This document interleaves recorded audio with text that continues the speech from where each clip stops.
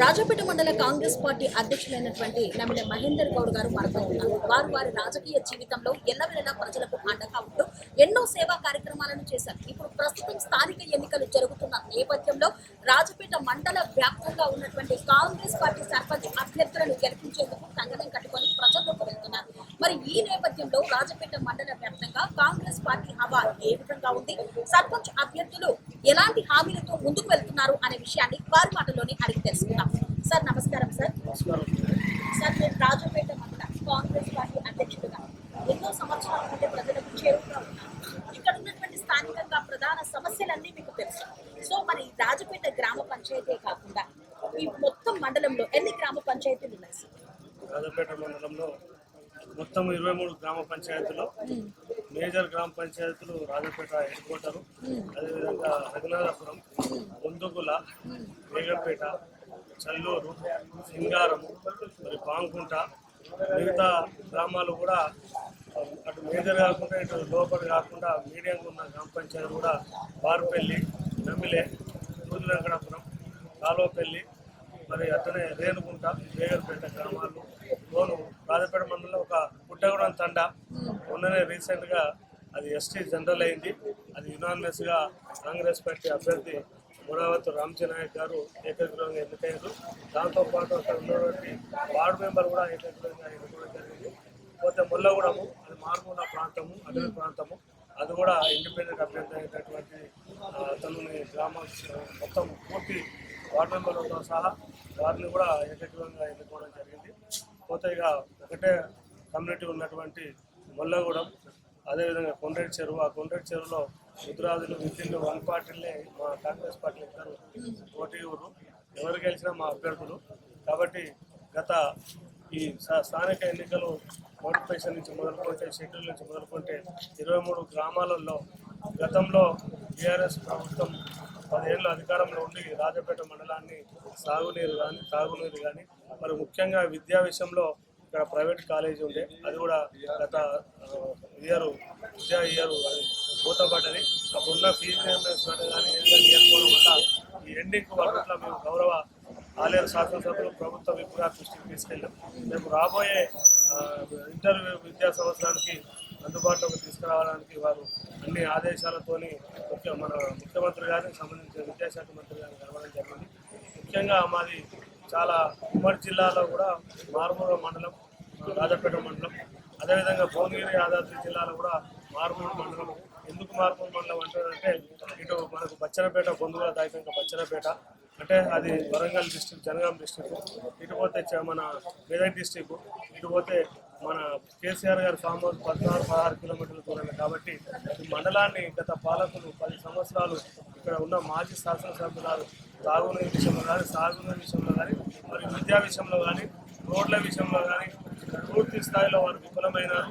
గత 2 సంవత్సరాలు ప్రజాపాలన గౌరవశ్రీ రాష్ట్ర ముఖ్యమంత్రి రేవంత్ రెడ్డి గారి నాయకత్వంలో ఆలయ శాసనసభ్యులు ప్రభుత్వ విప్ బీర్లయ్య గారు ఎనలేని కృషి 24 గంటల్లో 18 గంటలు కాన్సెన్స్ పైనే ముఖ్యంగా రాజపేట మండలం పైన ఎక్కువ దృష్టి పెట్టి అనేక సంక్షేమ పథకాలు ఇప్పటికే ప్రతి గ్రామంలో సాగునీరు తాగునీరు వారు ప్లాను సిద్ధంగా చేసి మొన్ననే మనకు తలాపు ఉన్నటువంటి గన్నమల్ల ముఖ్యమంత్రి గారిని తీసుకొచ్చి సాగునీరు విషయంలో వారు ప్రత్యేక శ్రద్ధ వహించినారు. కాలం లేక వర్షాలు పడకపోతే పైన ఉన్నటువంటి మనకు సాగునీరు విషయంలో గంధమల్లకు వచ్చి గంధమల్ల నుంచి మా కొట్టిమరి నుంచి అటు పోయే దాదాపు మాకు 23 గ్రామాలల్లో ఇటువైపు ఒక 5 గ్రామాలు ఉంటే పెద్ద గ్రామమైనటువంటి బొందులకు నింపడం జరిగింది. ఇక ఇటువైపు నర్సాపురము, రేణుకుంట, చల్లూరు, రఘునాథపురము, మరి అదేవిధంగా లక్ష్మకపల్లి, దూది వెంకటాపురము దాదాపుగా ఒక 18 చెరువులు నింపడం జరిగింది. కాంగ్రెస్ పార్టీ నుండి ప్రత్యేకంగా సర్పంచ్ అభ్యర్థులను గెలిపించేందుకు ఎలాంటి హామీలను ఇస్తున్నారు? గతంలో ఉన్నటువంటి వాళ్ళు ఏది గ్రామంలో చిన్న పని అంటే ఒక పెళ్ళైన జంట 2 ఏళ్ళయి 3 ఏళ్ళయి 10 ఏళ్ళు అయినా కూడా వాళ్ళకి రేషన్ కార్డు లేదు. రేషన్ కార్డులు ఇప్పంలో ముందున్నాం. అదేవిధంగా దాంతోపాటు వాళ్ళకు ఇందిరమ్మ ఇండ్లు ప్రతి గ్రామానికి జనాభా ప్రాతిపదిక మీదకెళ్ళి అర్హులైన వాళ్ళకు ఒక ఊరికి 20, ఒక ఊరికి జనాభా ప్రాతిపదిక మీదకెళ్ళి రాజపేట హెడ్ క్వార్టర్కి 50, అదేవిధంగా రంగనాథపురంకు 40, అదేవిధంగా బొందుగులకు 30. ఈ రకంగా ప్రతి ఊర్లో రేషన్ కార్డులు, మరి ఇండ్లు, అదేవిధంగా ఆ రేషన్ కార్డుతో పాటు వాళ్ళకు సన్నబియ్యం, అదేవిధంగా మొన్న మహిళలకు అనేక పథకాలలో జీరో వడ్డీ అయితే మన ఆలయ ప్రోగ్రాం చేసి జీరో వడ్డీ రుణాలు ఇవ్వడం జరిగింది.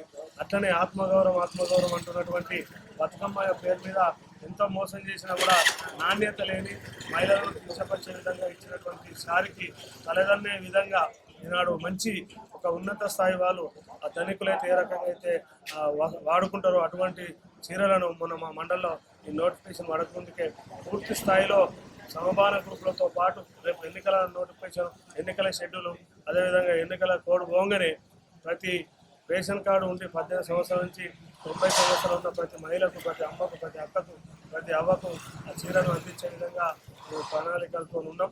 అదేవిధంగా విద్యార్థులకు ముఖ్యంగా ఇక్కడ వసతులు వారి ఊర్లలో వసతులు రాజపేట మండలాన్ని ఒక ప్రత్యేకంగా పారిశ్రామిక ఒక పారిశ్రామికంగా తీసుకొచ్చి వాళ్ళకు ఉపాధి చేయాలనే లక్ష్యంతో ఉన్నాం. అంటే ఉదాహరణకు ఇక్కడ ఎక్కువ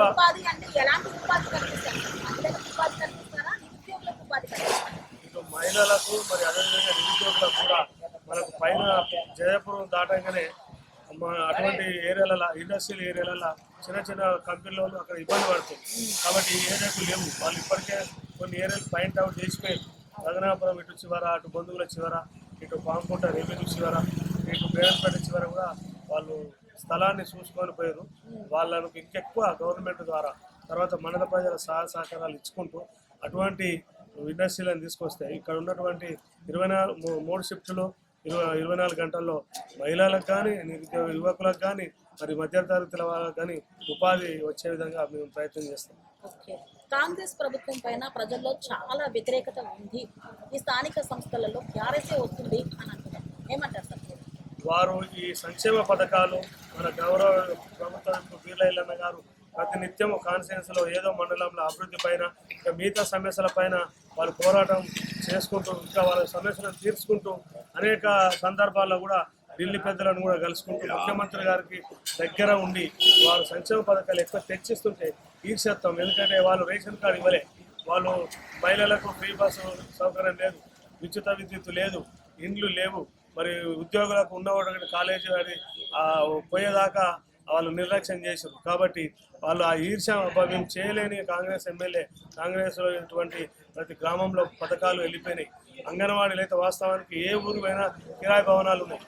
గౌరవ ప్రభుత్వం ఇప్పుడు ఆలయ ఎమ్మెల్యే గారు ప్రతి ఊరుకు రాజపేట మండలంలో 23 అంటే 40 అంగన్వాడీ, 40లో 20 అంగన్వాడీ కేంద్రాలు పని స్టార్ట్ అయ్యి కొన్ని ఊర్లలో పూర్తి స్థాయిలో అందుబాటులో వచ్చినాయి. కొన్ని ఊర్లలో స్లాబ్ లెవెల్ ఉన్నాయి, కొన్ని ఊర్లలో బీస్పీట్ లెవెల్ ఉన్నాయి. అంటే మనకు పిల్లలకు చిన్న నిరంతర విద్య కానీ అంగన్వాడీలో కానీ వాళ్ళు చదువుకున్న వాళ్ళకు ఇప్పుడే ఫౌండేషన్ వేస్తే వాళ్ళు ఇంకా ప్రాథమికంగా పోయేవారికి, ఉన్నత విద్య పోయేవారికి మంచి ఆరోగ్యంగా మంచి పరిపుష్టంగా తయారవుతారనే ముందుకు ఆ దూరం తీసుకొని ఈ కార్యక్రమం చేస్తుంటే ప్రతిపక్ష పార్టీలు అయినటువంటి బీఆర్ఎస్ వాళ్ళు ఏ గ్రామంలో పోయినా వాళ్ళకు క్యాండిడేట్లే కరువయ్యారు. వాళ్ళు నిలబడితే ఓడిపోతామనే దుష్పాచారం తప్ప కాంగ్రెస్ ఏ ఊర్లో ఏది చేయలేదో కాంగ్రెస్ అన్ని ఊళ్ళలో చేసినట్టుగా ప్రజలు అంటారు చేయలేదని దుష్పాచారం చేస్తున్నారు. ప్రతిపక్ష నాయకులు బీజేపీ వాళ్ళు కేంద్రంలో ఉన్నారు. కనీసం కేంద్ర మంత్రి కానీ, రాజ్యసభ సభ్యుడు కానీ ప్రతి భారతదేశంలో ప్రతి నియోజకవర్గానికి, ప్రతి జిల్లాకు ఫండ్స్ ఇవ్వచ్చు. రాజ్యాంగంలో అది ఉన్నది. కానీ వాళ్ళు ఉన్నటువంటి మొన్నదాకా నమ్ల గ్రామంలో బీజేపీ సర్పంచ్ అతను ఏం స్పెషల్ ఫండ్ తెచ్చిండు?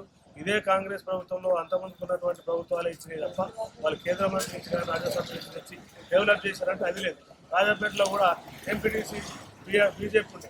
అతను కేవలం గవర్నమెంట్ ఫండ్స్, జనరల్ ఫండ్స్ తప్ప అతను ప్రత్యేక నిధులు తెచ్చి రాజపేట హెడ్ క్వార్టర్కు కేంద్రం నుంచి తెచ్చిన నిధులని ఒక్కటన్నా చూపించండి. ప్రతిపక్షంలో చెప్తున్నట్టు మాయమాటలకు ప్రజలు నమ్మి వాళ్ళు మా బీఆర్ఎస్కు బీజేపీకి ఓటేస్తారనే భావనలు ఉన్నారు. కానీ వాళ్ళ మూర్ఖత్వానికి నిదర్శనమే ప్రతి ఊళ్ళో రేషన్ కార్డులు, ప్రతి ఊళ్ళో ఇండ్లు, ప్రతి ఊళ్ళో తెల్ల రేషన్ కార్డు ద్వారా 5 లబ్ధి పొందుతుంది. రేషన్ కార్డు అనగానే మామూలు అనుకుంటారు. ఇలా రేషన్ కార్డు అంటే ఉన్నతమైన వాళ్ళు తినే భోజనం, సన్న బియ్యం కూడా రేషన్ కార్డు ద్వారా అందుతుంది. అదేవిధంగా వాళ్ళకు ఫ్రీ బస్సు, అదేవిధంగా వాళ్ళకు మెడికల్గా కూడా 5 లక్షల నుంచి 10 లక్షల వరకు సీఎం రిలీఫ్ ఫండ్తో పాటు దాదాపు నెలకు ఒక 50 మందికి సీఎం రిలీఫ్ ఫండ్ అంటే 12 అంటే 24 అంటే దాదాపు ఒక 3,000 మందికి సీఎం రిలీఫ్ ఫండ్. అదేవిధంగా ముందుల కానీ, బేగన్పేట కానీ, రాజాపేట కానీ, సింగారం కానీ, మరి నర్సాపురంలో డయాలసిస్ పేషెంట్లకు, అదేవిధంగా ఎల్ఓసీలు మొన్న రీసెంట్లీ ఒక అతను పైన్ల పరశురామ్ అని అతను ఆ ప్రభుత్వంలో పడ్డాడు. సౌకర్యాలు లేవు, ఏదో నార్మల్గా చికిత్స చేస్తే కాలు ఇన్ఫెక్షన్ అయింది. మొన్న రీసెంట్లీ ఎమ్మెల్యే గారు రాజాపేటకు అభివృద్ధి పనులకు వస్తే తన గెలవగానే 2,50,000 రూపాయల ఎల్ఓసిని ఇవ్వడం జరిగింది. అంటే ఒక పేద వర్గాలకు, ఒక మామూలు కార్మికులకు కూడా పూర్తి స్థాయిలో సీఎం రిలీఫ్ ఫండ్ కానీ, కళ్యాణ లక్ష్మి గతంలో ఏడాది కోటి 6 నెలలకు కూడా రాకపోయింది. మొన్న గత డిసెంబర్ వరకు ఎలాంటి అయితే పెండింగ్ ఉన్నాయో మొన్న మన ముఖ్యమంత్రి గారు వచ్చిన రోజు మొత్తం మన కాన్స్టిట్యూన్సీలో కానీ, మన మండలం కానీ ఒక్క కళ్యాణ లక్ష్మి లేకుండా పూర్తి స్థాయిలో వారికి ఇవ్వడం జరిగింది. రాజపేట మండలంలో ఉన్నటువంటి వారు, రాజపేట గ్రామ పంచాయతీ పరిధిలో ఉన్నటువంటి విద్యార్థులు ఉన్నత చదువుల కోసం కాలేజీ కావాలని ఇక్కడ కోరుకుంటున్నారు. సో ఆ కాలేజీ నిర్మాణ దిశగా మీరు అడుగులు వేస్తారు? అవును, ఇంతకుముందు కూడా మా కాంగ్రెస్ బలపరిచినటువంటి స్థానిక సర్పంచ్ గారు చింతల రవీందర్ వారు చదువు కొరకే ప్రాముఖ్యత ఇచ్చి వారు అట్టడుగు వర్గాల నుంచి మంచి చదువుకొని మళ్ళీ ఒక డాక్టర్ వృత్తిలో కొనసాగుతుంది. అతను దూరదృష్టి అంతా చదువు, విద్య, వైద్యము, మరి అదేవిధంగా సదుపాయాలు అనే లక్ష్యంతో పోతుంది. కాబట్టి అతి త్వరలోనే రేపు రాబోయే విద్యా సంవత్సరంలోనే మనకు జూనియర్ కళాశాల కానీ, ఇక్కడనే మొన్నటిదాకా ఉన్నటువంటి ఆదర్శ స్కూల్ కానీ, బీసీ వెల్ఫేర్ కానీ ఆలయంలో ఉన్నది. అవి ఇక్కడికి తెచ్చి విద్యాపరంగా, అటు పారిశ్రామిక పరంగా, ఇటు రోడ్ల పరంగా, ఇటు సౌకర్యాల పరంగా, అటు సాగునీరు పరంగా అన్ని రంగాల్లో ముందుకు తీసుకుంటూ మెయిన్ రాజపేటలో సైడ్ డ్రైనేజీలు చాలా అస్తవ్యస్తంగా ఉన్నాయి. వాటిని ఎంఆర్ఓ ఆఫీస్ నుంచి మొదలుకుంటే పాంకుంట రోడ్డుకు వడ్డరబస్తి వరకు మెయిన్ అండర్ గ్రౌండ్తో పాటు మెయిన్ ఏడైతే ఓపెన్ వాల్స్ కావాలో అట్లా చేసుకుంటూ పెద్ద పైప్ లైన్, వాస్తవానికి కొన్ని గలీలల్లో చిన్న పైప్ వేసి వాటర్ సరిగ్గా అందట్లేదు, పెద్ద పైప్ లైన్ వేసి, అదేవిధంగా అటు ఉన్నటువంటి ఈ వీధి దీపాలలో ఉన్నటువంటి ఐరన్ పోల్స్ మొత్తం మార్చి లేటెస్ట్ వచ్చినటువంటి పోలను వేయడం జరుగుతుంది. పారిశుద్ధ కార్మికులకు కూడా ఇక్కడ లోపలికి ఉండి అసలు వాళ్ళకు ఎన్నో సౌకర్యాలు ఉంటాయి హెల్త్ పరంగా, వాళ్ళు ఉపయోగించుకుంటారు. వాళ్ళ ద్వారా ఎక్కువ సర్వీస్ చేయించుకుంటారు. మొన్ననే గత 3 నెలల జీతాలు, 6 నెలల జీతాలు ఒకేసారి 3 నెలల జీతాలు ఇవ్వడం జరిగింది. ఏమున్నా గత నెలలు, ఏ నెలలు ఉన్నది. ముఖ్యంగా ఏంటంటే వాళ్ళకు పూర్తి స్థాయిలో గ్రామ పంచాయతీ నుంచి తీసుకోవచ్చు, కానీ అప్పుడు చేసి నిర్లక్ష్యం, ఒక ట్రాక్టర్ అని, ఒక శ్మశాన వాటకని వాళ్ళు పెట్టిన బాడను, ఆ వచ్చిన అమౌంట్ను వాళ్ళే గత ప్రభుత్వంలో పెట్టుకున్న కండిషన్ ప్రకారమే వాళ్ళు కట్ చేయడం జరుగుతుంది ఎస్టీ వాళ్ళ పడగానే.